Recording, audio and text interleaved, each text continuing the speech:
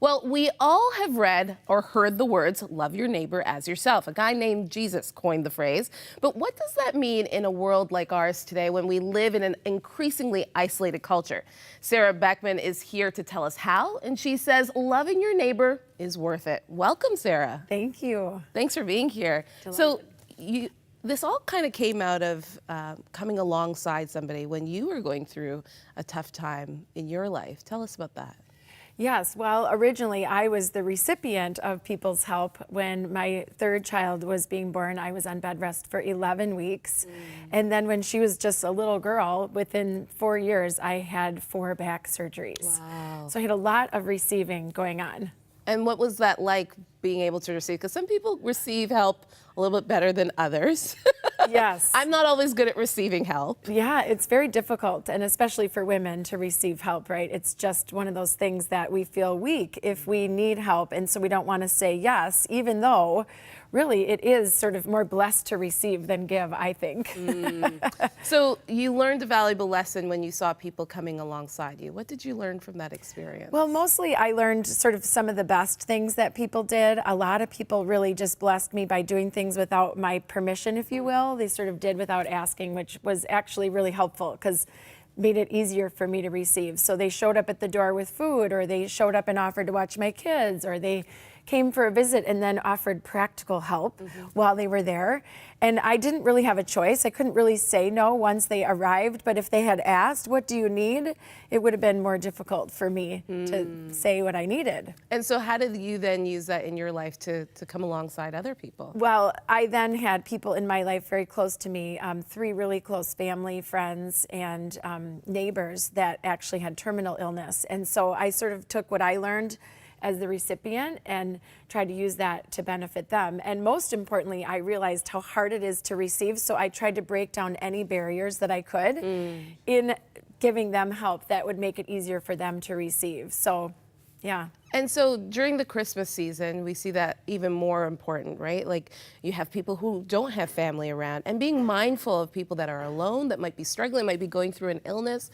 How important is it to love our neighbor, especially during this season? Oh, it's such an isolating time, especially if people have loss that's sort of not talked about very easily. Maybe it's addiction, or if they've had divorce or even suicide. Those kinds of things are very difficult for people to enter into. And even especially at the holidays, I think that we're just called to be just like Jesus and go into the hard places and be willing to say, I'm going to show up for my friend in that hard thing, because it's more isolating than ever at Christmas time. So really being willing to just walk into it and show up and be present and sit with someone even. Listening is such a valuable something that we can do also. Now, when we talk about loving your neighbors, sometimes we think of our immediate neighbor to our left or to our right. But our neighbors are global. Our neighbors are throughout our community. Explain, let's break down, what does it mean? What does it look like to truly love our neighbor? Well, as you said, neighbors are anyone. It's not just my literal neighbor down the street. It's my coworker. It's my family. It's the person I stand with on the sidelines at my children's sporting events. It's anyone that we encounter in our life any day of the week. And so we have to have sort of a global perspective about who is mine, who is my neighbor, who do I love. And then we need to realize that Jesus commanded us all. The first commandment is love me, and the next is to love your neighbor as yourself. And so what does that look like? It means putting yourself in their position. What might they need?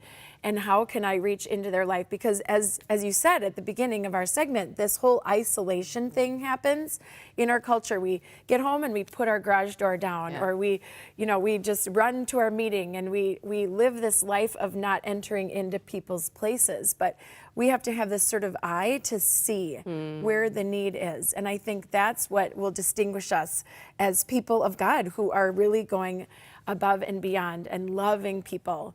We have to watch for it and be intentional.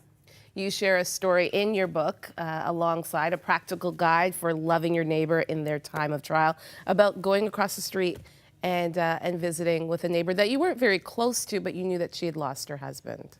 Yes, it was one of my pivotal moments of faith, I would call it, because I knew I wasn't very close to her, and I also knew that she was sort of unchurched and didn't really speak fondly of church.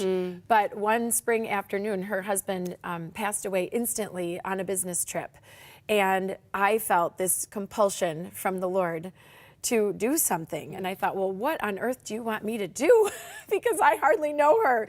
And I really felt like the Lord wanted me to just go to her house. And I felt there was this immediate time sensitive need because she was actually leaving for the airport. And so I didn't have long to think, which is sometimes better. And so I literally went over and rang the bell and kind of entered into that space with family. And I just ultimately said, I really would love to know if I could pray for you before you leave for the airport. And I would love to say that it was just this perfect, you know, Hallmark picture perfect moment. It was a little awkward but they didn't say no. And I just had to remember that I'm going with God. It's not about me and my strength and my ability or perfect words. It was His calling, and He, you know, will bring it to completion, if you will. So it was a beautiful moment, and it opened the door in a way that nothing else could have opened the door. All right, well, we're going to take a quick break. When we come back, Sarah's going to be talking more about coming alongside and some practical tips. Stay with us. We'll be right back.